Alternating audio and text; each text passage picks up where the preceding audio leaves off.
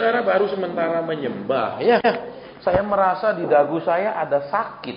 Adakah di sini yang memang punya keluhan di dagunya?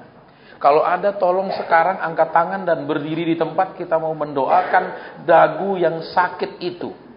Saya sedang merasakan dagu saya tiba-tiba sakit ketika kita sedang menyembah. Saya tidak punya masalah dengan dagu saya selama ini. Ada di sini anak Tuhan yang memang punya masalah dengan dagunya? Tidak ada? Ya, saudara tolong ya, saudara, saya tidak ulang kembali ya. Dalam arti nanti sudah habis ibadah baru kita turun mau keluar baru dihadang dibilang iya saya Pak. Ya, sampai bulan-bulan lalu pun tetap kasusnya sama, saudara ya. Ada yang disampaikan tidak ngaku, begitu pulang baru saya Pak yang tadi, saya yang tadi. Ya. Jadi siapa yang memang punya keluhan di dagunya? Tidak ada. Saya sudah ulang berkali-kali, saudara, saya sedang merasakan bagian dagu saya sama sekali tidak nyaman. Tidak ada.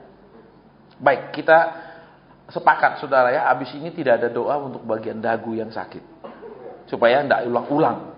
Ya, karena nanti ulang saya akhirnya kita nggak bisa pulang, saudara. Kasihan karyawan di sini. Ini tempat tutupnya jam 9. Kita sering pakai sampai jam 10. Ya, kasihan saudara, saya pun pernah jadi karyawan bisa ngeluh dalam hati. Ya, walaupun mungkin kasarnya tidak berani ngomel, tapi minimal ngeluh.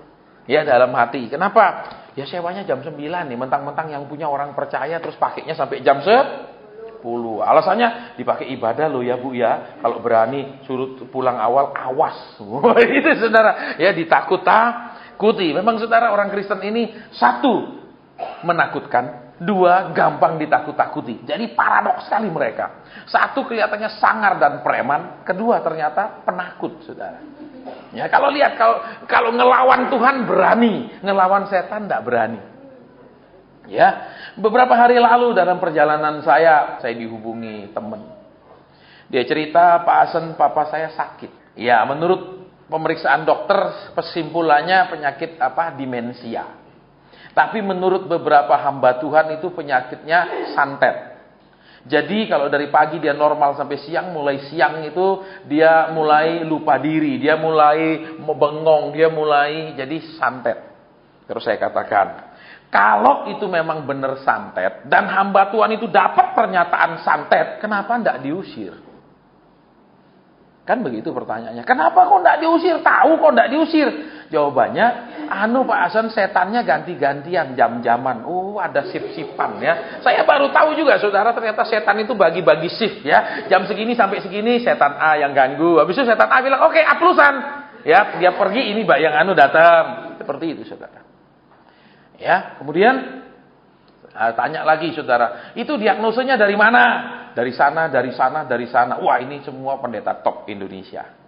Ya, karena dia seorang pengusaha besar yang sakit, jadi ini pendeta top semua diagnosa. Terus saya tanya, pendeta-pendeta ini datang nggak, hamba-hamba Tuhan ini datang nggak ke rumah Anda? Cuma ngirim utusan. Cuma ngirim orang-orangnya, pendetanya nggak datang. Tapi kalau uangnya diambil. Saya kenal keluarga ini, saudara, secara pribadi sudah cukup lama.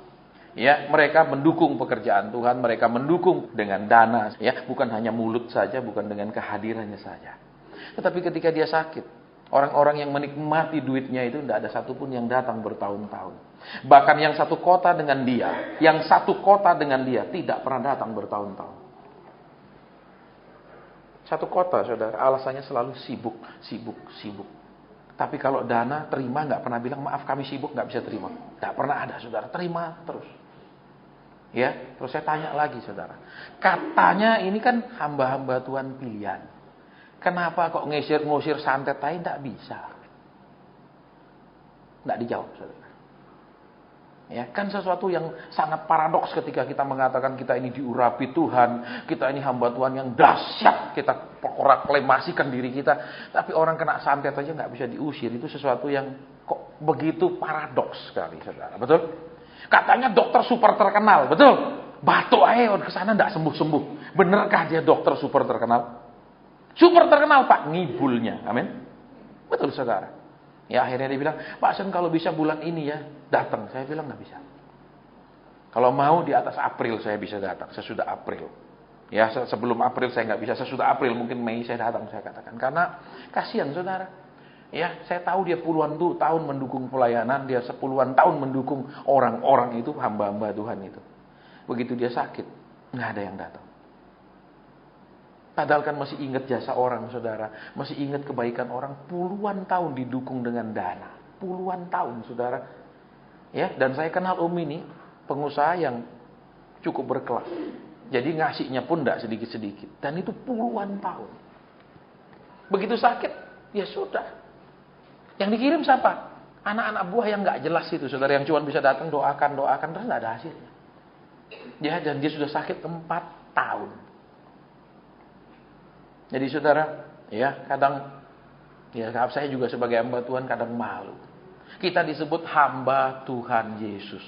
Perbuatan kita itu nanti jelek baiknya itu juga akan menyangkut tuannya kita, Tuhannya. Oh gitu ya hamba Tuhan. Alias gitu ya karyawan-karyawannya Tuhan Yesus. Ya, puluhan tahun terima duit baik. Tenang, tidak pernah bilang sibuk. Tapi orang sakit, sak kota tidak pernah dikunjungi 4 tahun. Saya masih simpan WhatsApp-nya semua saudara di saya punya HP. WhatsApp dari anaknya. Dia bilang kasihan papa. Terus saya katakan sama dia, udah dengar khotbah saya judulnya masih cari-cari hamba Tuhan? Belum. Buka saya bilang website saya dan dengar di situ. Kenapa? Selama ini kamu cuma suka cari hamba Tuhan.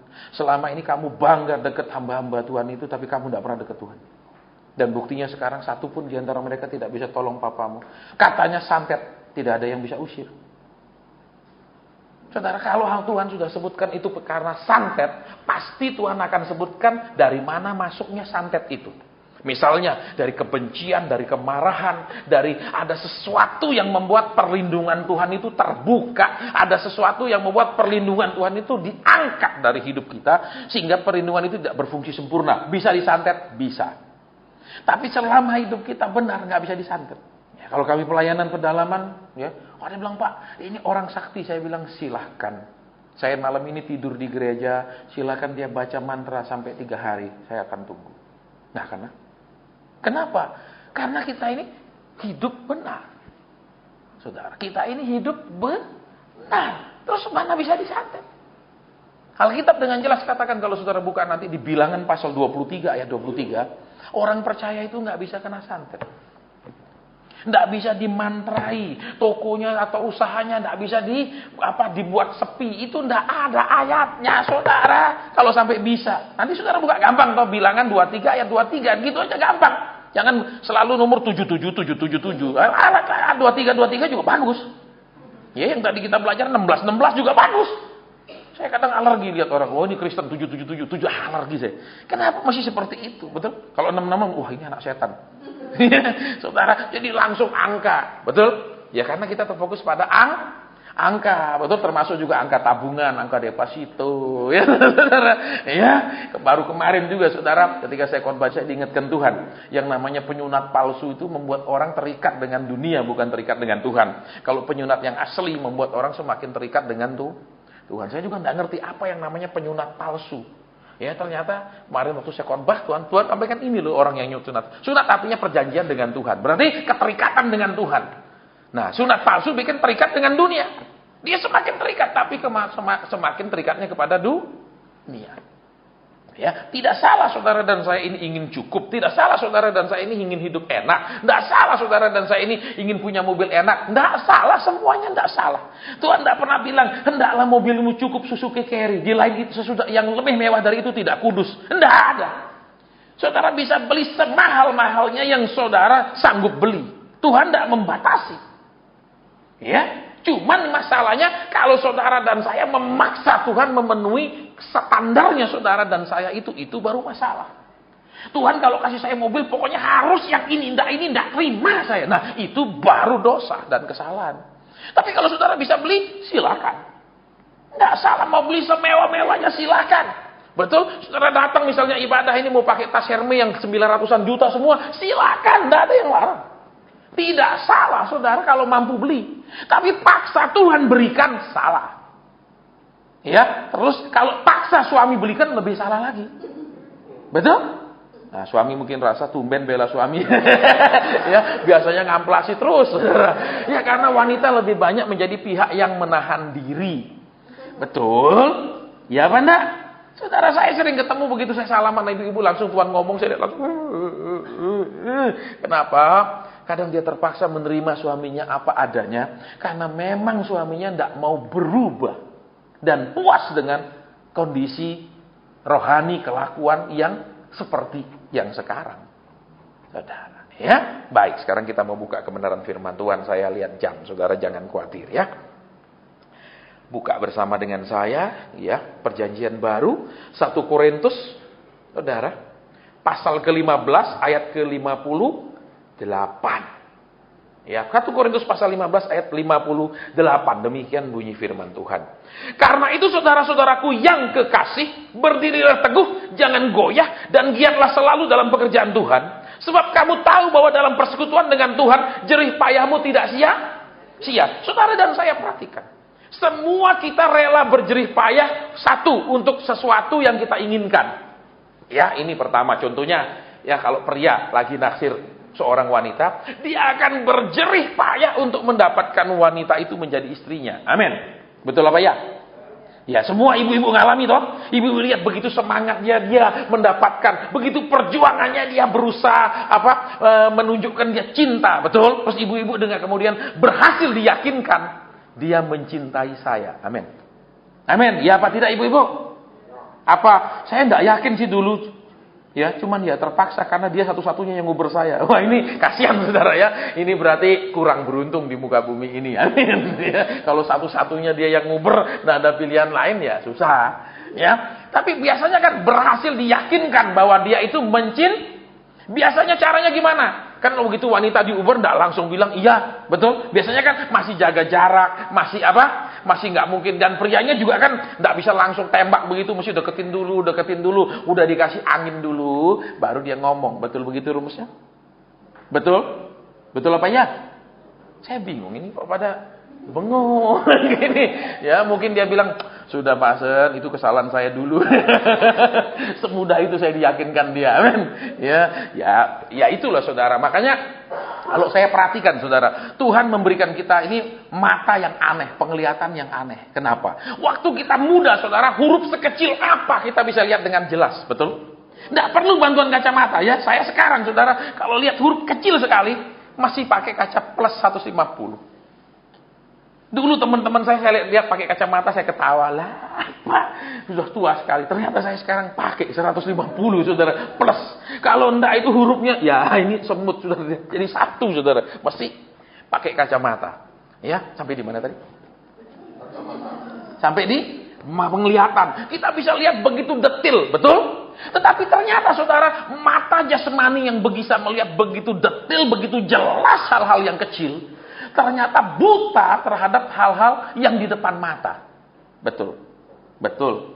Contohnya, ya saudara, ada yang konseling sama saya, "Pak Sen, suami saya gini. Terus saya tanya, "Pacaran berapa lama sama dia?" "Oh, lama Pak Sen." "Terus selama ini sudah tahu toh karakternya?"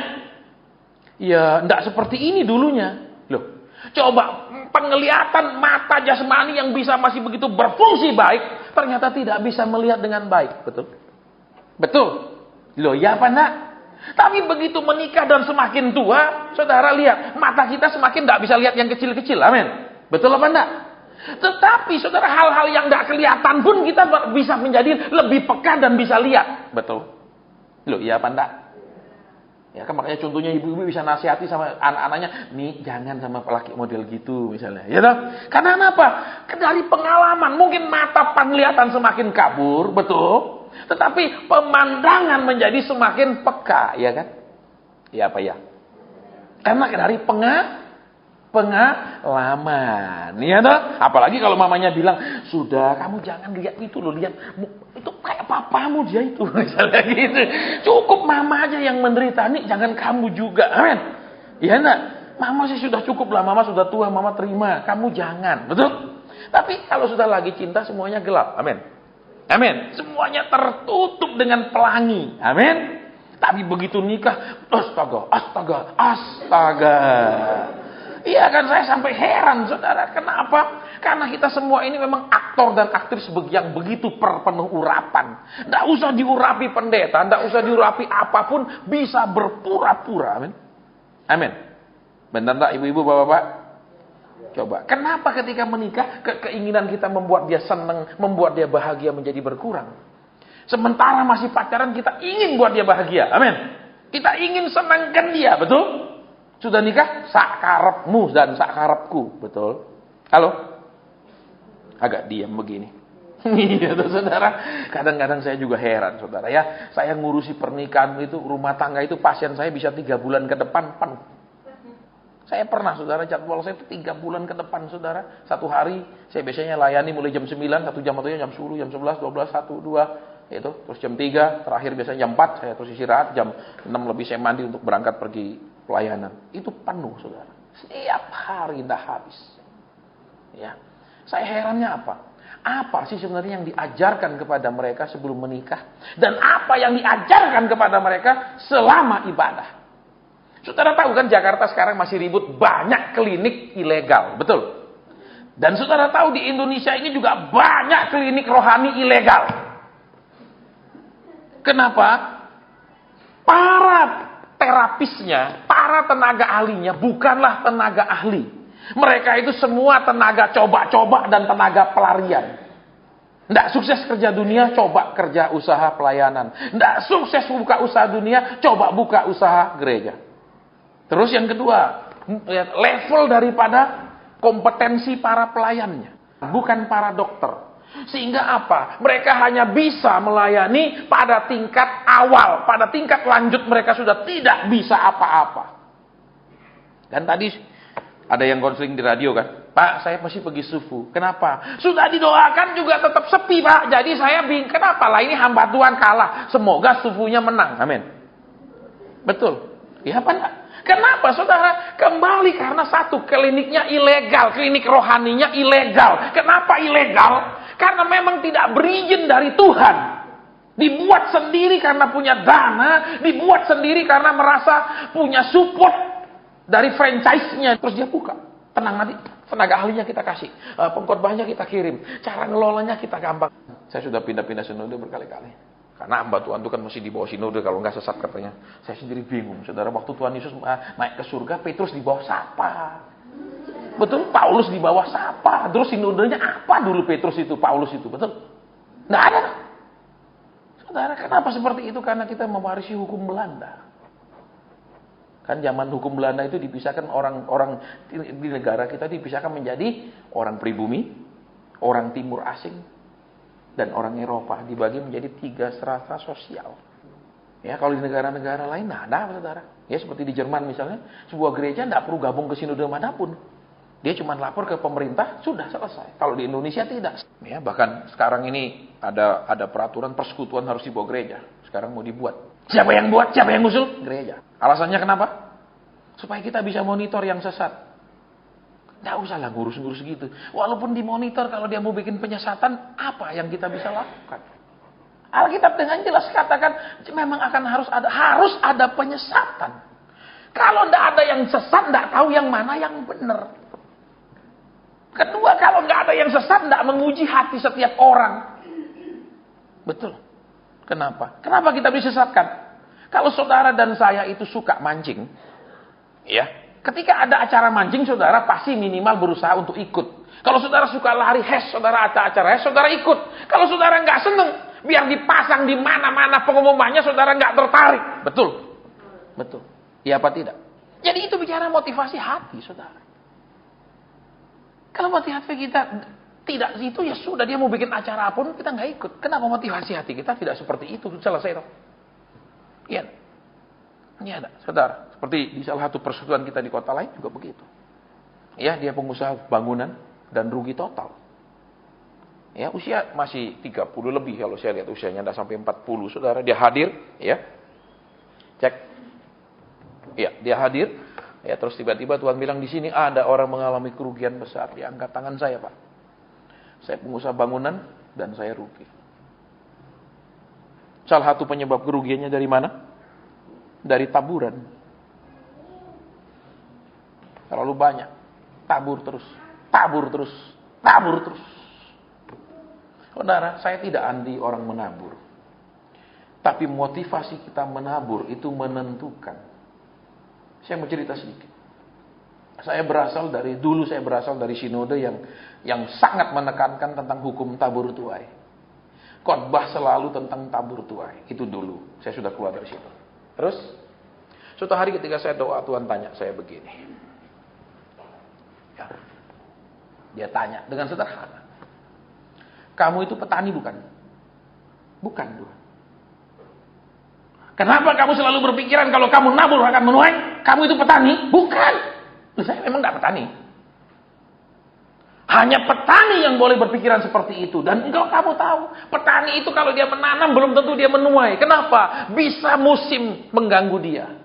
Iya kan, seperti misalnya di Brebes musim hujan. Dia lagi tanam tiba-tiba hujan itu bawang. Dia akan mengalami kerugian. Petani belum tentu menuai, saudara. Iya, petani belum tentu menuai. Seperti di daerah kami misalnya itu salah satu sentral penghasil tembakau.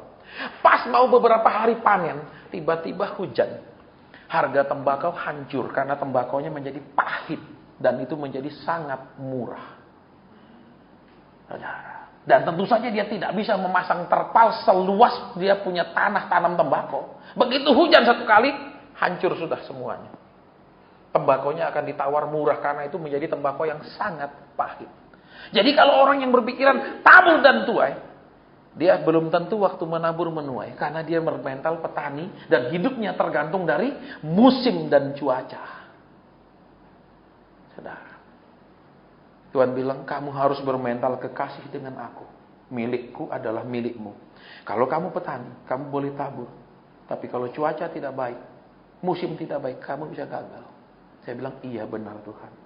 Dulu kami selalu berpikiran, bagaimana bisa menuai kalau tidak menabur. Selalu diajar bagaimana bisa menuai kalau tidak menabur. Saudara tahu ketika orang Israel masuk ke tanah Kanaan, mereka masuk pas musim menuai. Siapa yang menuai? Mereka. Siapa yang nabur? Pernah mereka menabur di situ? Tidak. Jadi orang-orang yang mau merelakan diri mereka diproses Tuhan. Masuk dalam rencana Tuhan. Dimasukkan ke padang gurunnya Tuhan. Mulai hidup bukan dari kemampuannya sendiri. Mulai hidup bukan dari usahanya sendiri. Tapi mulai hidup dari kemurahan Tuhan, pemeliharaan Tuhan.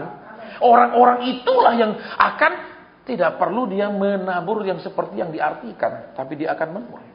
Saya pernah saksikan orang yang sudah habis saat ini.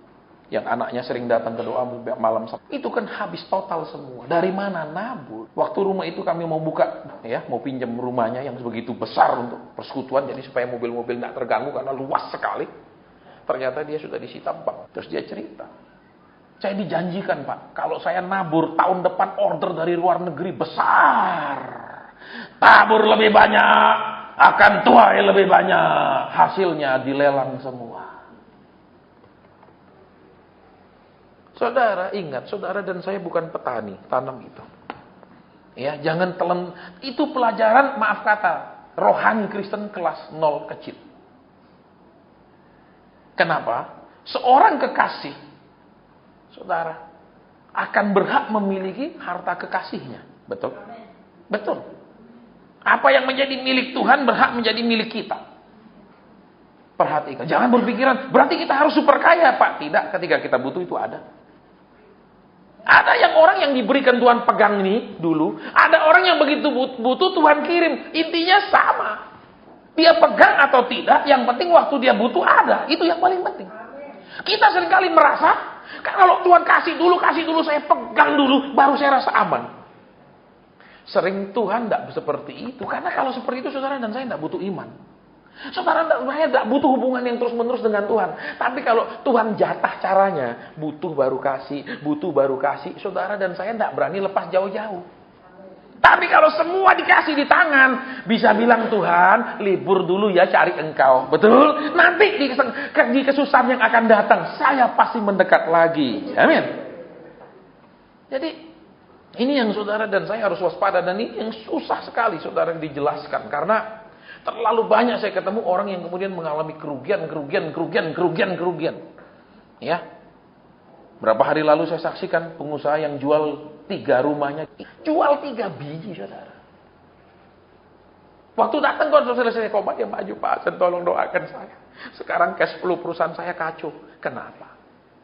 Yang ini tidak bangkrut, saudara. Yang pabrik tekstil bangkrut total. Kenapa kok bangkrut? Saya tabur 3 rumah, Pak Hasan. Loh, kok bisa tabur 3 rumah? Kenapa, saya tanya? Gini loh, Pak Hasan. Tiap kali saya datang gereja, khotbahnya tabur. Jadi saya merasa tertuduh, merasa Tuhan suruh saya jual rumah. Loh. Akhirnya saya jual 1. Nanti tabur. Saya terus merasa, berarti Tuhan suruh saya jual rumah lagi. Jual lagi. 3 biji. Saudara, saya mau sampaikan sama saudara ya.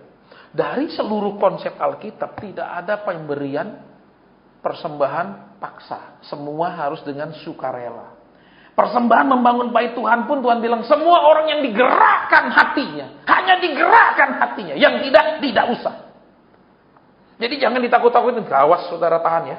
Kalau saudara tahan, awas dihajar ya. Dihabiskan Tuhan. Tuhan itu bukan preman, saudara. Belajar kenal Tuhan lebih dekat, maka saudara tahu itu salah. Tapi kalau saudara tidak kenal Tuhan, saudara cuma dengar dia dari khotbah, saudara tidak bergaul dengan dia, saudara aminkan. Karena saudara tidak tahu sifatnya. Persis seperti teman saya yang telepon saya itu kan. Kok, aku ada kirim pulsa ke kakakmu loh. Iya kan, kau nelpon saya waktu itu. Dia bilang, saya memang udah curiga suaranya agak lain. Ya caranya sama. Masa gak kenal saya? Masa gak inget saya? Dia dengar loh, ini kok Hasan ya? Iya, orang itu bilang, saudara. Kirimin pulsa. Dia kan sudah sekian tahun kenal saya gak pernah saudara minta-minta. Gak pernah, tolong ya antar saya. Tolong ya. Kenapa? Ingat loh, melayani hamba Tuhan tuh mendapat upah. Wah, mau senang ya saudara. Dia melayani bukan karena dia tulus, tapi dia kepingin dapat upah. Karena dijanjikan upah, betul? Yang menyambut Nabi mendapat upah Nabi. Betul? Dia tidak tahu Nabi itu banyak aniaya, gombal. Nabi itu banyak aniaya karena dia menyampaikan sesuatu yang di luar pakem, di luar kebiasaan, di luar keinginan dari yang mengundang. Loh, kita tidak bisa diatur, saudara. Orang punya karunia Nabi itu tidak bisa diatur. Pak, nanti khotbah ya tentang berkat, tidak bisa. Tuhan mau ngomong apa, itu yang diomongkan, tidak bisa dipesan. Terus, Pak nanti ya, ada 18 orang minta didoakan. Tidak bisa kalau dia tidak digerakkan. Tapi seringkali orang senangnya karunia Nabi cuma karunia nubuat. Saudara-saudara yang hadir di sini, saya yakin bulan depan diberkati. Saudara-saudara yang hadir yang sudah memberikan persembahan, saya yakin Tuhan sudah menghitungnya. Tuhan ngapain sih ngitung-ngitung persembahan?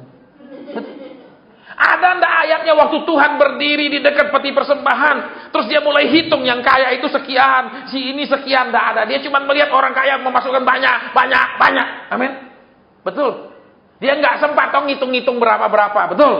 Yang dia tahu cuma yang 2 peser karena itu berupa uang logam. Oh, cuma 2 peser. Ini yang kelihatan jelas, yang tebel-tebel nggak kelihatan. Duh. Berarti Pak, kalau mau Tuhan lihat yang tipis-tipis saja, gitu. Ya, saudara. Kita masih hati-hati, saudara. Alkitab dengan jelas katakan ada banyak orang memberitakan Injil untuk tujuan yang berbeda. Saudara tahu bisnis rohani itu sangat besar sekali omsetnya. Bisnis rohani itu sangat besar omsetnya. Dan di negara kita tidak pernah tersentuh dengan hukum pajak.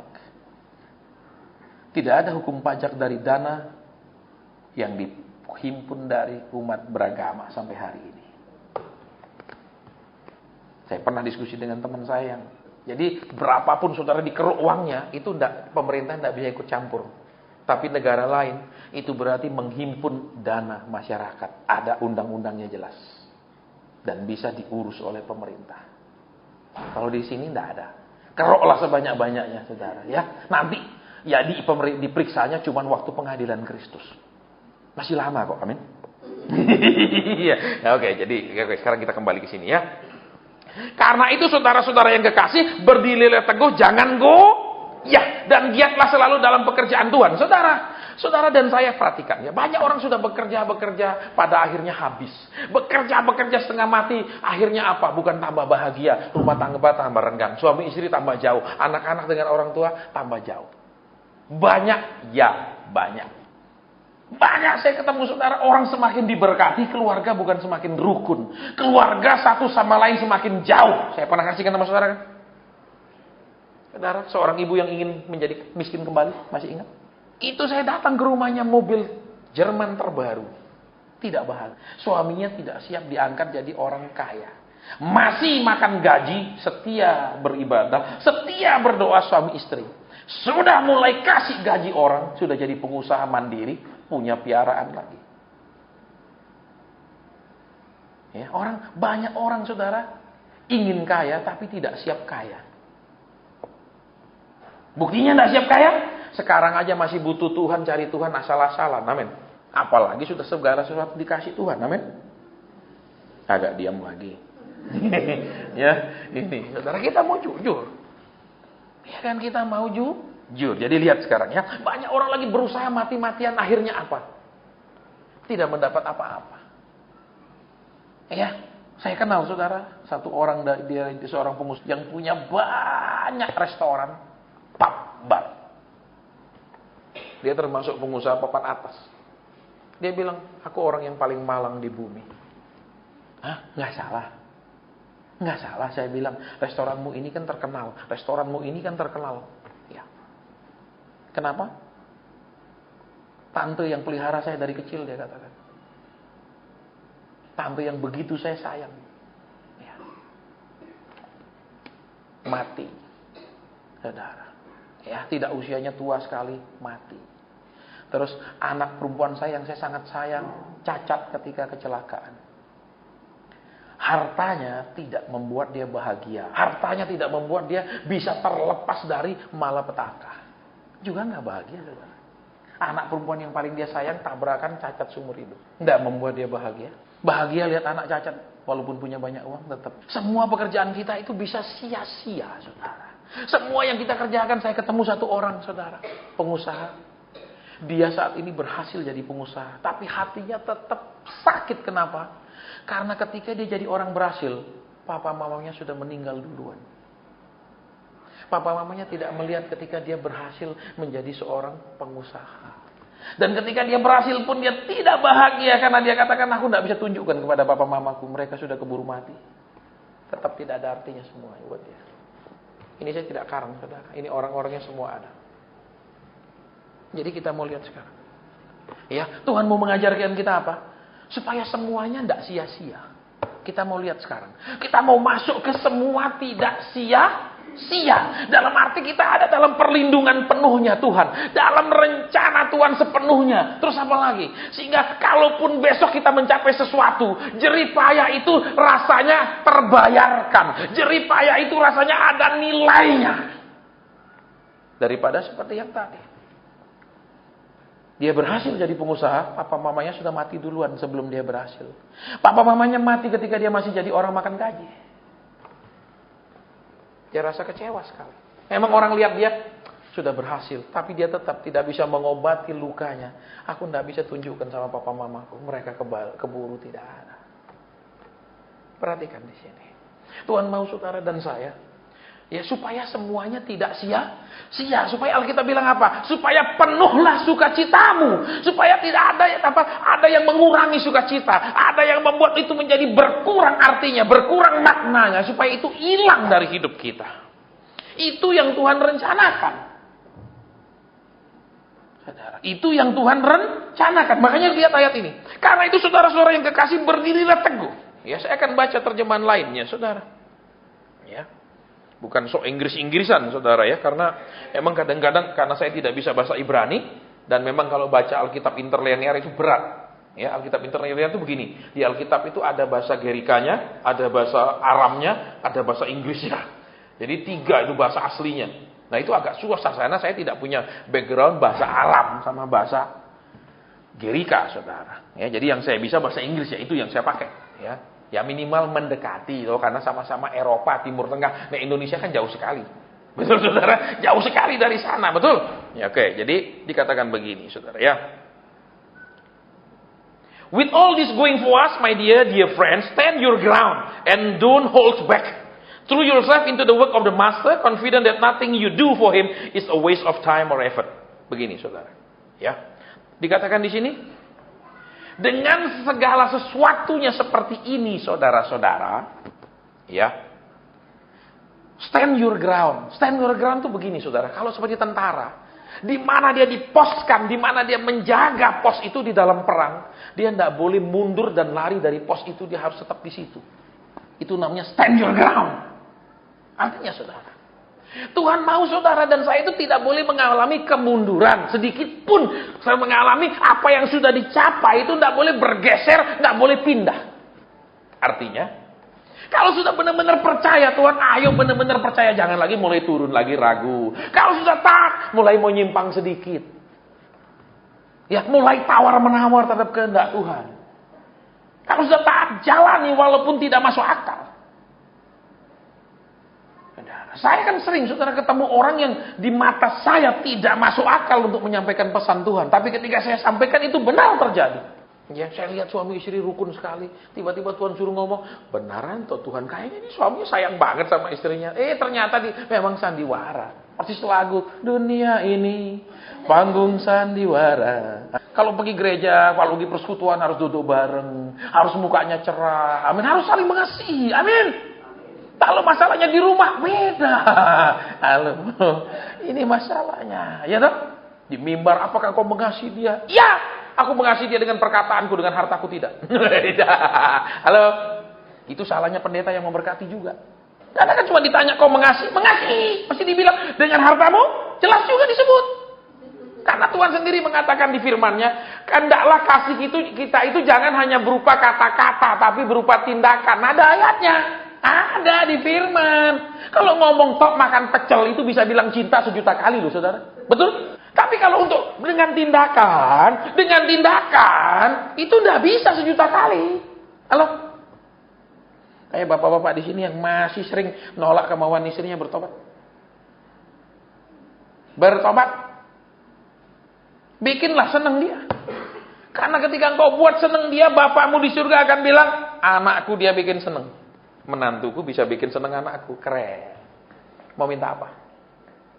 Tapi kalau kurang ajar nih menantuku, betul? Anakku ini diginiin terus. Kalau tak pites, anakku jadi janda. Gimana ya? Bingung juga Tuhan, saudara. Bingung. Anakku pasti menderita. Terus tak apain gini ya? Nggak aku berkati, anakku juga pasti kena. Ku berkati terus dia nggak berubah. Saudara, itu namanya meng-fight accompli Tuhan. Menaruh Tuhan di posisi yang sulit. Tapi kadang terpaksa Tuhan main tega-tegaan. Daripada kelewat, malaikat hajar, Tuhan terus oleh lain. Supaya tidak ngelihat ketika dihajar. Perlu loh, saudara. Ingat, berkat mungkin merubah suasana hati kita. Tetapi penderitaan benar-benar merubah diri kita. Ya, berarti kalau tidak mau berubah, siap-siap. Amin. Tuhan pakai resep kuno lagi. Ya tak? Malaikat siap. Biasanya keker-keker lempar ke padang gurun. Enak dong Tuhan. Ya, sudah dikasih enak kok mau dilempar ke padang gurun. Bodoh, betul? Hati-hati. Makanya turuti istrimu. Jangan khawatir pengeluaranmu buat istrimu pasti diganti oleh bapak mertuamu di surga. Kenapa? Karena saudara kalau ngerti hati Tuhan, itu anak perempuannya Tuhan. Betul? Betul. Nek bapaknya maha kaya, rata-rata bapak itu lebih sayang anak perempuan daripada anak laki, jujur. Betul. Betul. Nah kalau kau bikin dia senang bapakmu di surga, kan bilang malaikat, lihat tuh, menantuku baik banget sama anakku. Betul? Iya, urusannya lancar. Yes. Saya udah berkali-kali saksikan kan. Betul. Seorang anak konglomerat yang kerja sama kokonya. Dia cuma kerja sama koko. Karena aturan orang totok, anak sulung lah segala-galanya. Dia anak kedua. Dia makan gaji sama kokonya. Dan tidak cocok sama kakak iparnya. Tuhan bilang, belikan istrimu berlian 2 baris itu. Istrinya bilang, kok Pak Sen tahu? Tuhan kasih saya lihat yang kau inginkan. Itu 2 baris berlian. Betul Pak. Minggu lalu saya ke Singapura. Ya. Itu ada memang. Belikan. Mahal Pak Sen, kata suaminya. Istrimu kalau kepingin itu tahu uangnya ada. Cuma kau bilang tidak ada karena alokasinya tidak ke sana, goblok. Betul, ada uangnya. Cuma kau tidak mau alokasikan, dipakai untuk itu. Begitu loh. Memang tidak salah kau bilang tidak ada. Kau tidak bohong. Karena kau tidak mau keluarkan untuk itu. Makanya tidak ada yang untuk itu. Betul. Betul. Ada. Iya. Akhirnya dia bilang, baik Pak Hasan, besok saya berangkat. Dia belikan. 2 hal Tuhan sampaikan, dia lakukan dua-dua. Dan selama 2 tahun, 5 hal yang Tuhan sampaikan, semua terjadi di hidupnya. Habis saya melayani di gerejanya, dia bilang, ayo makan. Ya, kita makan di Hotel Mulia. Terus dia bersaksi. 5 hal Tuhan sampaikan 2 tahun lalu ke Pak Hasan, semua terjadi di hidup saya. Bukan karena kami pintar bernubuat, bukan karena kami diurapi bernubuat, tapi karena orang itu mentaati pesan Tuhan. Jadi tidak ada nubuat cuma kau akan diperkaya. Kau akan, itu mesti ada petunjuk selanjutnya. SKB-nya apa? Syarat ketentuannya apa? Misalnya, dengan membeli voucher mengisi pulsa hari ini 100.000, Anda dapat pulsa gratis 100.000. Saudara ngisinya minggu depan, sudah tidak berlaku. Perhatikan. Ya, perhatikan di sini, saudara. Jadi saudara dan saya lihat di sini, jangan pernah jadi bergeser. Nek sudah di sana bertahan, minimal bertahan di tempat yang sama ketika ada serangan gangguan. Misalnya ketekunan kita, jam doa kita, baca firman kita, minimal dipertahankan, tidak mundur, surut dan turun. Hold your ground. Terus di situ jangan goyah. Berarti saudara sesuatu bisa goyah, itu menurutnya gempa goyang-goyang, betul? Ya, saya masih ingat, masih kecil saudara, itu tsunami pertama di daerah kami. Itu sekitar tahun 7 berapa itu tsunami. Itu saat ada desa yang hilang. Desa hilang karena zaman itu mereka tidak tahu yang nama tsunami. Jadi begitu mereka tinggal di pantai, air lautnya mendadak surut, ikan-ikan banyak terlambat ikut. Jadi ikan-ikan banyak yang gelepar-gelepar. Mereka pergi kejar semua. Sebentar lagi ombak datang. Selesailah semua. Wah, itu tahun 70-an. Itu gempa yang saya masih ingat, masih saya kecil, terlama dan terkeras. Goyang, gak berhenti-berhenti. Itu menit-menitan, saudara. Ya, jadi apa? Ada yang digoyangkan, baru bisa goyah, betul? Kedua, bisa goyah seperti ini, ditumpuk dengan berat sekali, dia mulai retak-retak ketika ada tekanan, ya kan? Berarti apa? Ada guncangan, ada tekanan yang semakin besar, terus ada apa lagi? Hempasan. Jadi Kristen itu jangan percaya kalau saudara terima urapan anti krisis, terima urapan anti pencobaan, itu tidak alkitabiah. Kalau itu ada, tidak mungkin firman Tuhan bilang jangan goyah, betul? Sampai dibilang jangan goyah berarti ada guncangan. Betul. Ya enggak ada tekanan yang berat. Begitu toh. Iya apa ya? Loh, betul apa ya? Kita sering kali saudara senang pengajaran yang namanya prosperity gospel. Cheap gospel. Injil murahan. Percaya saudara, sini maju. Terima pengurapan anti miskin. Enggak ada saudara pengurapan anti miskin. Ya. Kenapa? Tuhan boleh menghajar anaknya kalau dia mulai hidup ngawur. Betul? Iya. Iya Pak ya? Saudara ingat, orang yang tidak pernah bisa miskin seumur hidupnya, bisa jadi orang itu sudah dibuang oleh Tuhan dan sudah ditetapkan masuk neraka. Ada ayatnya, ada. Di mana Lazarus dan orang kaya. Orang itu sampai mati bahagia. Betul? Tapi begitu mati, langsung dihukum. Jadi jangan senang dulu. Belajar yang benar. Kalau kita hidup ngawur, kita tidak berubah, ditegur Tuhan, bahkan disampaikan langsung ke pribadi kita, apa-apa yang Tuhan mau, kita tidak berubah. Terus semuanya aman, maaf, jangan bangga ya. Bisa jadi di mata Tuhan, memang sudah di neraka, biarin apa yang dia mau. Memang sudah ketok neraka. Jadi hati-hati. Jangan senang dulu. Ah, dia salah lah. Dia tegur saya tidak tepat lah. Saya memang begitu tapi tidak sebegitu. Ini saudara. Ya, saya memang begitu tapi tidak sebegitu. Ya, saya memang pelit tapi tidak sepelit. Oh, kan aneh saudara. Kadang-kadang bingung kita, betul. Masih ingat tuh kesaksian saya. Pergi layani orang di rumah sakit Singapura. Jadi badannya hitam semua. Saya bilang, kenapa Cik? Saya kena stres Pak Hasan, ini katanya penyakit stres. Kulit melepuh semua, stres. Baik, kita doa. Tuhan, kasihan Pak Cik ini, Tuhan kenapa dia stres? Suaminya. Terus saya bilang, Cik, Pak Cik stres sama suami. Suaminya di sebelah. Saya tidak begitu Pak Hasan. Saya tidak begitu Pak Hasan. Ya sudah, saya bilang kita pindah ke kamar lain. Dia ikuti sampai dulu. Saya tidak seperti itu, Pastor. Saya tidak seperti itu, Pastor. Lah istrimu langsung jerit-jerit begini kok tidak seperti itu. Saudara, di ilmu jiwa memang ada yang namanya blind spot.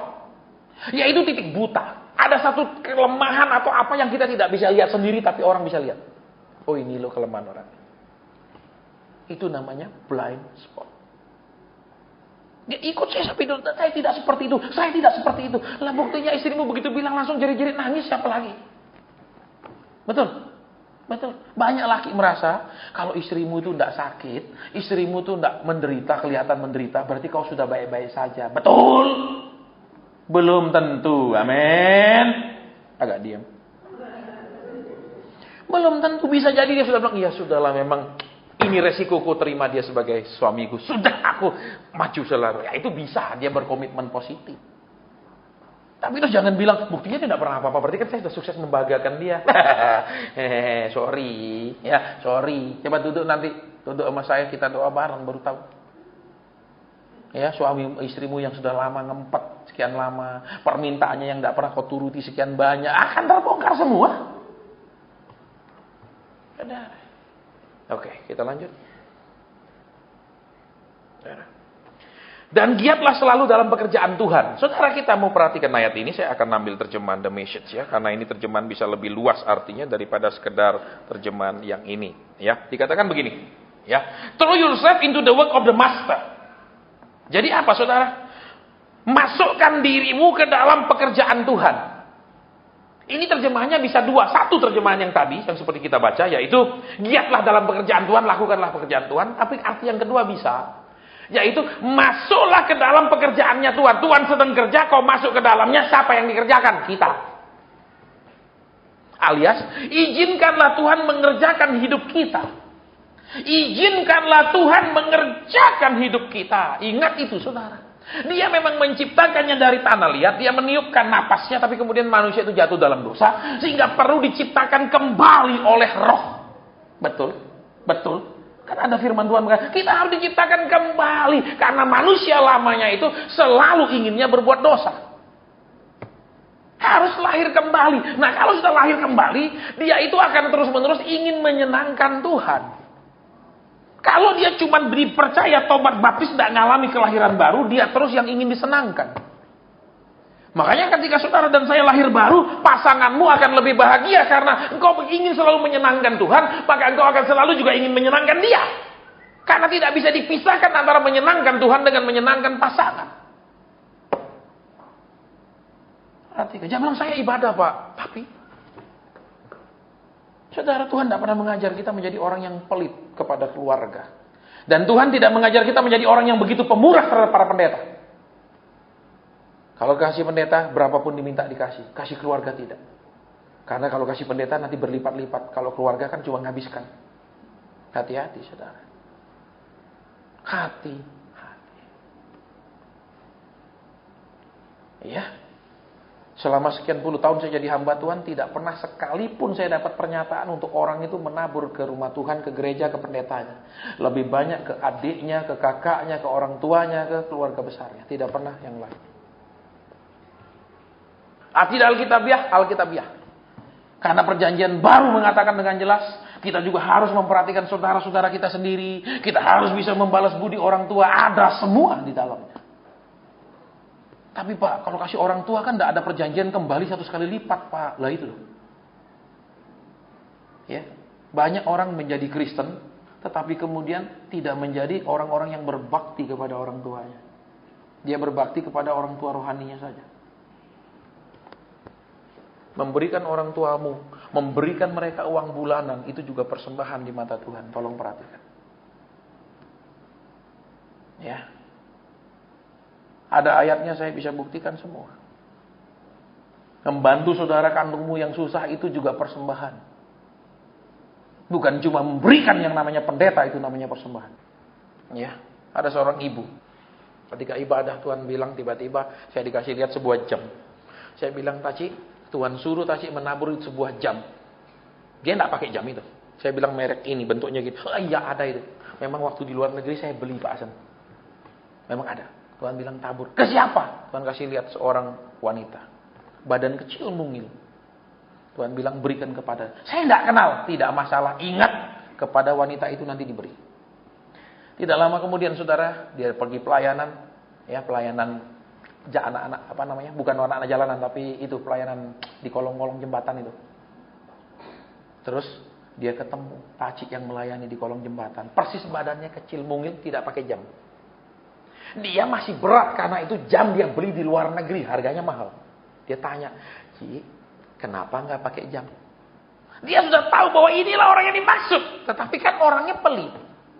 Ini kalau jam murah saya kasih. Lah ini di luar negeri belinya. Ini merek. Terus dia bilang, iya dulu saya pakai jam. Tapi jam saya rusak. Karena dia melayani pelayanan di bawah-bawah jembatan itu. Tidak ada persembahannya. Saudara, tidak bisa beli jam. Jadi dia bilang memang rusak. Dan saya belum bisa beli. Barulah kemudian dia bilang, baik, saya berikan jam itu. Terus apa yang terjadi? Dia mendapatkan proyek, ada beberapa provinsi dia dapat. Tuhan itu tidak pernah ngutang loh saudara. Saudara tahu? Ya, tapi kalau saudara beri seperti yang dia mau. Kalau saudara hanya mari saudara antar ke depan, ini sudah tersedia petinya, untuk apa? Tuhan suruh, belum tentu. Belum tentu. Dia kehilangan jam paling harga beberapa juta. Tapi proyek berapa provinsi dia menang. Terus Tuhan kembalikan. Yes. Tidak pakai lama. Tidak pakai lama. Karena Tuhan yang suruh. Tapi kalau, mari saudara-saudara, saya rasa di tempat ini Tuhan suruh saudara tabur. Sekarang juga bawa ke depan. Sebentar. Hamba Tuhan Derek Prince dalam khotbahnya mengatakan, tidak pernah ada seperti itu. Dan itu pasti bukan dari Tuhan. Yes. Kalau saudara mau kopi khotbahnya, saya kasih. Saya punya. Nah, puluhan tahun saya jadi hamba Tuhan, tidak pernah juga Roh Kudus suruh seperti itu. Ya, selalu Tuhan suruh beri orang, bukan beri kami. Selalu Tuhan suruh beri keluargamu, bukan beri keluarga kami. Ya. Kok tahu Pak? Ketika dia menang, dia cerita, Pak, aku dapat proyek itu. Nah, coba saudara. Itu yang namanya benar-benar nabur di tanah yang subur. Bukan mengklaim saudara antar ke sini tempat kami subur. Maksudnya kami subur sekali karena kami nipu saudara-saudara. Memang ini tempat subur. Gitu loh, subur untuk penipuan, subur untuk manipulasi. Sini tempatnya. Begitu saudara. Ya, oke, kita lanjutkan. Giat selalu dalam pekerjaan Tuhan. Kembali arti yang kedua tadi. Masuklah engkau ke dalam pekerjaan Tuhanmu. Alias masukkan dirimu untuk dikerjakan, diproses oleh Tuhanmu.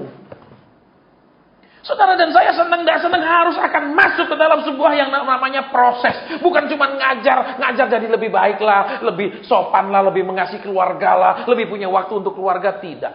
Itu semua bisa diajar dan mudah dilakukan.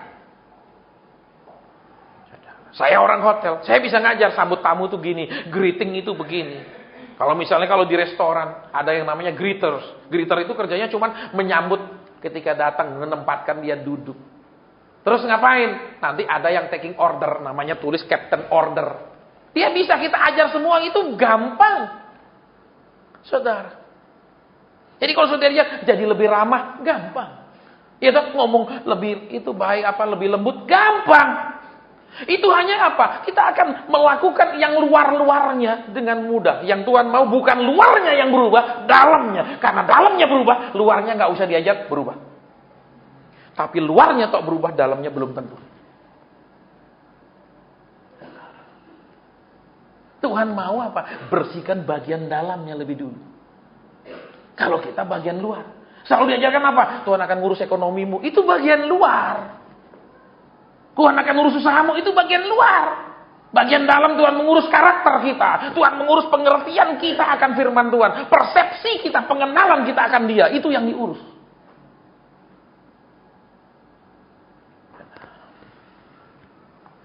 Ya.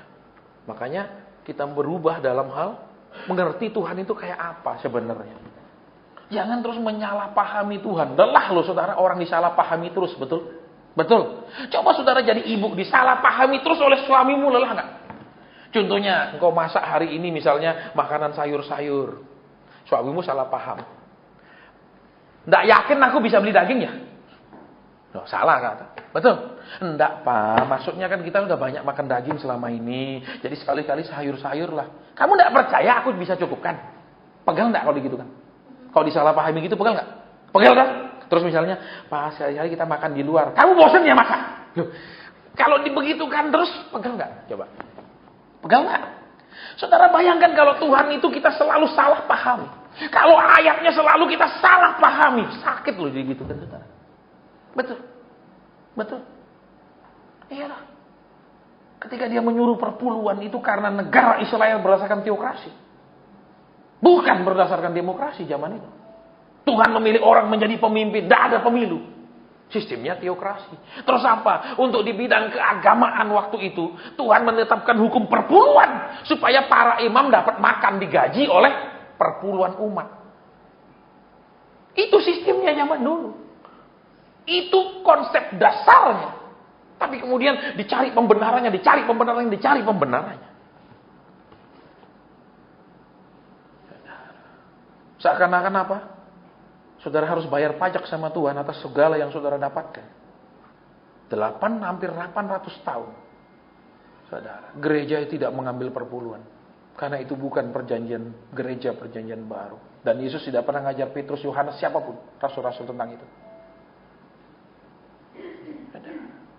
Tapi Pak, salah tidak? Tidak salah. Kalau dilakukan dengan benar. Tetap ambil hukum perjanjian lama, tidak salah. Mau pakai perjanjian lama, tidak salah. Tapi kalau untuk tujuan-tujuan yang lain-lain, salah.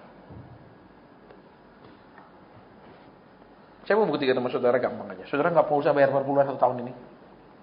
Tapi nurut apa yang Tuhan suruhkan dalam hal perbaiki karakter kita, perbaiki sikap sama istri, sama anak, perbaiki apa? Kalau anak kepingin apa, tanya. Kalau Tuhan setuju, saudara berikan apa? Nggak usah perpuluhan, saudara jadi tambah kaya. Buktinya banyak. Karena tidak salah ketika ada perbedaan pendapat tentang firman, tidak salah. Tapi kemudian memaksakan pengertian-pengertian sehingga sampai titik menjadi salah, itu berbahaya. Betul? Kalau anakmu belum dapat jodoh, coba periksa perpuluhan. Apa hubungannya jodoh sama perpuluhan? Kalau rumah tanggamu belum rukun, coba periksa perpuluhan. Lah kalau rumah tangga tidak rukun kan berarti ini 2 orang yang masih dibereskan, bukan perpuluhan. Loh, ini kisah nyata, saudara. Ada seorang pengusaha sakit, tiba-tiba gemalanya bilang, karena tidak bayar perpuluhan. Ini serius, saudara. Kok kenapa gemalanya tahu? Karena kan sekarang semua pakai kode PIN. Kalau tidak bayar sebulan langsung kelihatan. Jadi begitu sakit, tidak bayar, dia bilang penyebabnya. Baik, kalau dia peka, bilang tidak bayar, ayo kita bawa dia pelayanan. Peka bener nggak dia? Atau peka-peka? Ya, gampang tuh menguji orang. Ajak dia ke rumah sakit. Ya, ini orang sakit, kenapa celahnya apa? Gitu dong, gampang. Kalau dia benar peka, dia akan tahu. Ini sumbernya dia banyak tentang anaknya nomor sekian yang dia pikirkan. Sehingga dia sakit. Sumber begini, akan terbongkar kalau dia peka. Kalau peka-pekaan, karena perpuluhan. Ya kamu tahu karena kamu punya datanya semua. Kalau tidak bayar, bukan karena peka. Hati-hati, saudara. Ingat, ya orang Kristen itu, saudara, akan diganggu dengan manipulasi, intimidasi, dan dominasi. Manipulasi artinya firman ini dipelantar, pelintir, tidak karu-karuan, dimanipulasi. Pengajarannya ini memang ada ayatnya, pengertiannya begitu jauh dari yang dimaksudkan. Kedua, diintimidasi. Kalau engkau tidak nurut, mati. Kalau kau berani keluar dari tempat kami, binasa. Ada. Anggota tim kami ada yang begitukan. Kau berani keluar dari gereja kami, binasa. Ini serius, saudara. Dia takut terus bilang, Pastor, saya dibilang gitu. Tidak usah takut. Dia bukan Tuhan. Kalau orang masuk ke sana pasti hidup kekal, begitu. Emangnya dia surga gerejanya? Sembarang. Ini serius, saudara. Keluar binasa. Lu hebat banget. Kalau dia keruk jemaat orang suruh keluar, terus kemana orang itu? Ke neraka apa surga?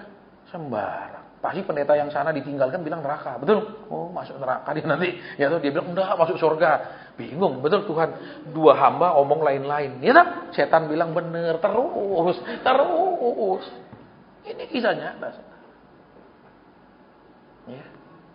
Keluar dari kok masuk neraka. Kecuali saudara meninggalkan Kristus, iya. Pasti. Betul? Lah pindah, saudara, pindah ke tempat ibadah gereja lain kok masuk neraka. Sembarang. Dia juga Tuhannya Yesus kok. Amin. Loh. Iya benar. Saudara ketawa denger ini kisah nyata, saudara. Keluar bina, sampai saya hebat banget ya. Makanya saudara mesti beli buku, saya lupa ya, buku saya kalau ada dipinjam itu covernya merah. Ya, tentang ciri-ciri pengajaran sesat. Tebal segini. Itu kasus-kasus demi kasus yang terjadi di dunia ini. Seperti misalnya kasus di Waco, Texas itu. Branch Davidian, apa itu kasusnya dibahas satu-satu ciri-cirinya. Ciri-cirinya adalah kepemimpinannya tunggal. Terus kepemimpinan itu menguasai segala-galanya. Apa yang dia katakan adalah kata Tuhan. Itu ciri-cirinya. Terus yang lain itu dianggap bukan Kristen. Yang lain itu dianggap sesat. Itu banyak, saudara. Makanya banyak belajar membaca. Amin. Supaya pinter. Supaya tidak jadi orang yang ditolol-tololin. Amin. Amin. Tidak apa-apa, Pak. Tolol asal diberkati. Ini penyakitnya ya. Tolol asal waktu saya nabur diperbanyak ya. Lihat. Sebab kamu tahu bahwa persesuaianmu dengan Tuhan jerih payahmu tidak sia-sia. Ini yang terakhir. Ya, dikatakan begini. Ya. Confident that nothing you do for him is a waste of time or effort. Lihat. Confident. Confident itu beda dengan belief kalau bahasa Inggris. Confident itu ditampakkan dengan sikap. Ditampakkan dengan luarnya. Orang yang percaya diri. Itu confident. Belief itu hal percaya di dalam. Kalau confident misalnya, dia percaya diri bisa ngomong di depan umum. Dia ngomong terus gak keringetan terus gini, itu confident. Jadi apa yang ditampakkan di luar, apa yang ditampakkan dengan sikap, itu dengan kelakuan perilaku itu namanya confident. Bukan belief. Itu bedanya. Belief itu di dalam. Ya, saya percaya. Itu belief di dalam. Tapi kalau saya yakin dan saya tunjukkan saya punya keyakinan, itu confident bahasa Inggris, itu beda. Ya, dan Alkitab katakan, ya. Yakinlah. Ya. Yakinlah dikatakan di situ. Confident that nothing you do for him is a waste of time. Yakinlah bahwa apapun yang kita lakukan, saudara perhatikan, ya, you do for him. Kita lakukan untuk Tuhan. Tidak ada yang menjadi a waste of time. Tidak ada yang buang-buang waktu or effort. Buang-buang daya upaya. Effort itu daya upaya, bukan usaha, beda. Ya, oke, kita sekarang lihat di sini. Jadi apa, saudara? Kalau kita mau Tuhan bentuk kita, Tuhan proses kita, Tuhan kerjakan kita, the work of the master. Dikatakan Tuhan, ya, dikerjakan oleh sang pakar, mungkin terjemahan bebasnya the master itu pakar, ya. Itu maka apa? Kita akan yakin, kita akan percaya diri, akan tampak di hidup kita di luarnya ini orang yang percaya diri. Bukan, Pak Asen, tolong doakan saya. Nah, ini orang tidak confident. Betul? Ini tidak confident. Confident itu nampak di luar. Misalnya, Pak, yuk kita jalan-jalan yuk ke luar negeri. Oke, tahun depan. Yakin jangan? Ya, entah tahun kapan. No, itu tidak confident. Nanti sebelum pengangkatan kita minta sementara malaikat angkat kita ke surga, mampir sih di Swiss. Mana sempat? Betul? Iya enggak, saudara? Halo? Halo? Loh iya toh. Manusia juga perlu liburan, perlu santai. Saudara tahu, Taman Eden itu dikelilingi oleh 4 sungai. Betul? Perlu santai, rileks. Saudara coba pergi Belanda. Orang Belanda itu tiap weekend nganggur di tepi sungai. Dia. Saudara, kalau sini enggak, sepi sungainya apa yang lewat. Gitu. Orang bule iya, saudara pergi Jerman, mereka berjemur di tepi sungai. Dia santai-santai. Dan Tuhan pun menempatkan taman itu dikelilingi 4 sungai. Untuk santai. Bukan dikelilingi 4 padang gurun. Nah. Jadi cari uang aja. Betul. Yudas tidak pernah cukup dengan uang berapapun yang di tangan dia. Dia terus ingin uang lagi. Saudara mulailah belajar ya. Tidak salah saudara dan saya itu simpen tidak salah. Nabung tidak salah karena sampai mati kita butuh uang. Sesudah mati pun butuh uang untuk dibelikan peti dan acara prosesi. Betul? Untuk bayar pendetanya nek waktu mimpin apa? Lo bayar lo. Iya nek mimpin penghiburan apa-apa itu kadang kan ada itunya, angpaunya. Enggak kamsia tok. Ini ngomong fair. Iya. Betul? Terus orang datang kan masih makan walaupun penghiburan, betul? Loh, iya apa enggak? Walaupun mungkin di Iwan itu? Kongsus itu loh. Itu kan juga Mesti bayar tempatnya, enggak gratis, betul? Loh, mati pun masih butuh uang loh, saudara. Iya loh. Loh, iya apa enggak? Tapi bukan berarti kemudian saudara dan saya tidak berani pakai uang itu terus-menerus sampai mati. Ingat Kristen babi, sudah dia mati baru bisa dinikmati. Udah mati baru, waduh puji Tuhan, papa udah mati. Jadi sekarang hartanya milik kita, baru kita bisa jalan-jalan. Orang bilang tuh, please try to enjoy life. Belajarlah menikmati hidup. Bukan hanya pergi kantor, pergi kerja, pergi toko, balik. Pergi kantor, pergi kerja, balik. Pergi pabrik, kerja, balik. Hidupnya cuma itu terus, saudara. Halo? Kalau perlu 1 tahun 3 kali lah pergi jalan-jalan. 4 kali lah pergi jalan. Loh, orang Israel itu di padang gurun meditnya minta ampun, betul? Tuhan bilang, mana turun makan hari itu sampai habis, nggak boleh sisa. Betul? Pelitnya minta ampun. Lah, nek makan habis, nek besok telat turun atau telat bangun, nggak kebagian, simpen. Besok pagi jadi ulang. Bisa jadi penyakit-penyakit yang diderita banyak bukan karena memang penyakit atau hukuman Tuhan atau gangguan kuasa gelap, bisa karena terlalu banyak nyimpen mana yang mesti dimakan. Halo, nggak ada amin. Simpen saja saudara ya, nggak apa-apa. Nanti belikan apa? Petinya dari emas, bunga ratus juta di atas apa? Di atas saudara, belikan. Tetap bangkai busuk di dalam, betul? Tetap belatung di dalam, betul? Ya apa enggak? Mumpung masih gini-gini supaya adalah cerita sama anak-anak ini loh, papa pergi kutub, ketemu beruang. Ternyata papa lihat mirip mamamu galaknya. Iya, bisa cerita, saudara. Iya nak? Iya dong. Terus pergi misalnya daerah Selandia Baru kan bisa lihat penguin, kiwi, ya dong? Di sana, ini loh, ya, papamu kayak kiwi, jalannya lambat banget. Betul, kalau diajak kemana-mana selalu lama bilang iya, betul? 3 tahun baru bisa bilang iya, model apa ada? Penguin. Ya, halo. Simpen tok. Amin. Beli mobil dibungkus sampai dipakai. Pakai mobil lama, ngapain beli kalau enggak pernah dipakai? Heran saya, saudara. Betul. Yang penting punya-punyaan, Pak. Loh, itu bukan dekorasi mobil itu. Betul, nek dekorasi silakan, betul. Nek untuk interior silakan, itu untuk dipakai. Halo? Nggak ada amin. Saya kadang-kadang ya masih cinta uang, betul? Masih menit sama uang. Belajarlah memakainya dengan bijaksana. Ingat Tuhan punya 2 anak, dua-dua nggak bener. Anak yang sulung dikasih nggak pernah bisa pakai dan mau pakai. Betul? Yang sulung tuh? Betul. Anak yang bungsu dikasih dihabiskan semua. Tuhan cuma punya 2 macam anak. 1 dikasih, pakai enggak pernah. Medit minta ampun. Yang kedua dikasih, dihabiskan semua. Gimana kita? Kiranya kita menjadi anak Tuhan dari diantara 2 itu.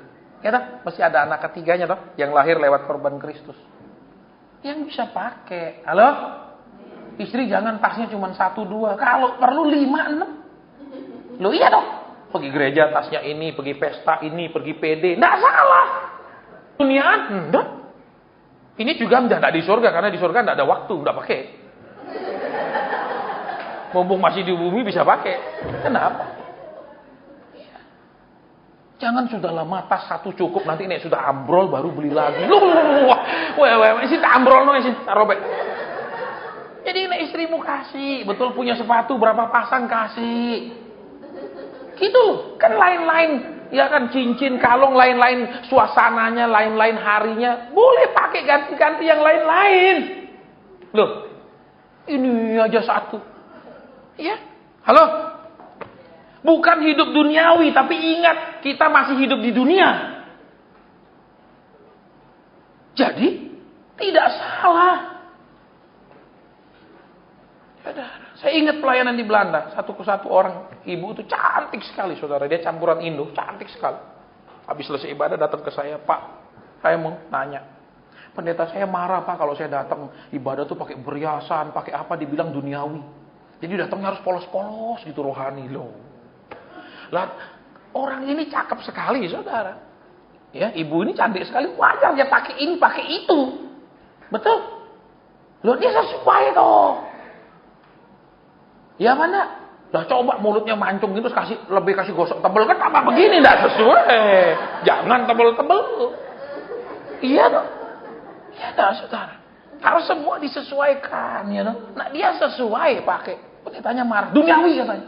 Loh, duniawi apa? Pakai perhiasan itu di Alkitab pun ada loh saudara, pakai perhiasan. Betul? Cuman Tuhan bilang jangan rambut dikepang-kepang. Itu bukan maksudnya enggak boleh dikepang. Kalau ngepang rambut tuh jam-jaman. Betul? Artinya apa? Jangan cuma sibuk ngeriasi pribadi duniawinya kita ini, tubuh kita berjam-jam dulu. Itu berhias boleh tapi jangan jam-jaman. Itu yang enggak boleh firman bilang. Lo semua laki di sini kan senang nih lihat istrinya tetap enggak berubah cantiknya, betul? Betul?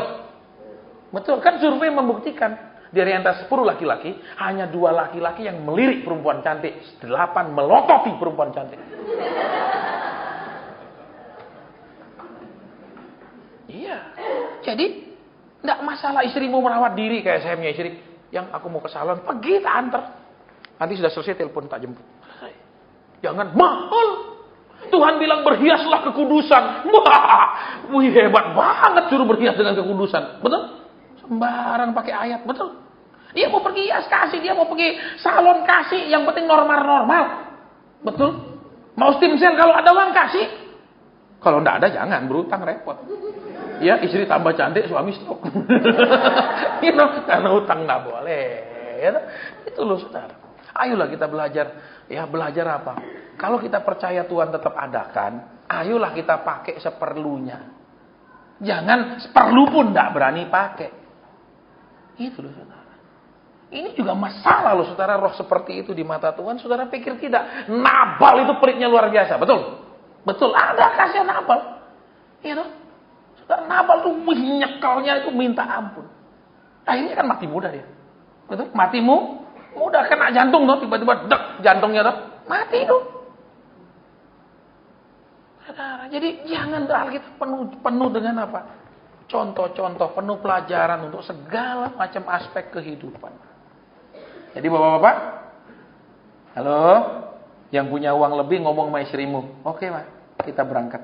Gitu dong, kita berangkat, belikan yang mahal-mahal. Saya tahu saudara alamatnya, tak teleponnya saya tahu kalau mau. Kalau saudara pergi ke beberapa toko yang besar-besar kan tidak dikasih 30%, paling dia diskon saudara 10%, 15%. Nggak salah. Iya toh, misal istrinya kepingin warna ini supaya matching, warna ini pakai warna ini, warna pakai, nggak salah. Loh, memang wanita diciptakan untuk segala keindahan kok, betul? Betul. Coba lihat perempuan pakai baju begini cocok, pakai gini cocok, coba laki sembarang pakai, udah LGBT ini, betul? Oke, jadi mulai bersikap, saudara, bikin dia senang. Bikin dia bisa bilang, Bapak terima kasih buat suami yang baik. Nah, kalau sampai dia bilang, Bapak terima kasih buat suami yang baik. Intinya, buatlah wanita lain iri terhadap istrimu.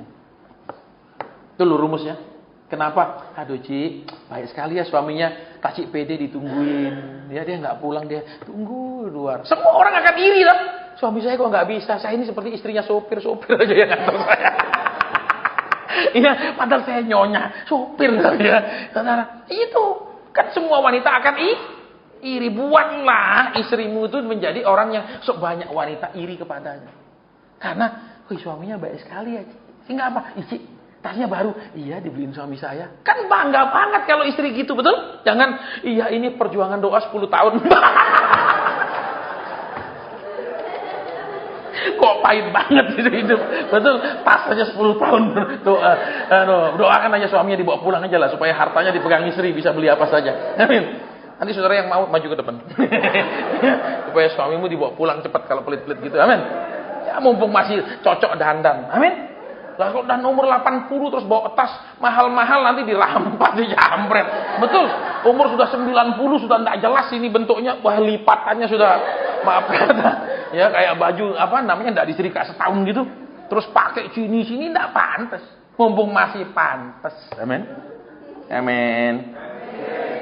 Mesti dibilang amin, baru bilang amin. Enggak ada spontan. Lihat, persekutuan dengan Tuhan itu tidak sia-sia. Iya, kalau bahasa Inggrisnya saudara dikatakan ya dengan jelas, Itu bukan membuang waktu. Jadi kalau saudara mau diproses oleh Tuhan, sepertinya usaha tidak maju, sepertinya kerjaan tidak maju, seperti semuanya stuck.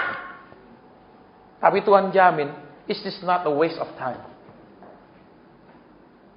Saya masih ingat saya diproses Tuhan. Sampai umur 40. Saya merasa apa? Dari 24 saya dipanggil Tuhan. Dari punya pekerjaan, jabatan yang enak.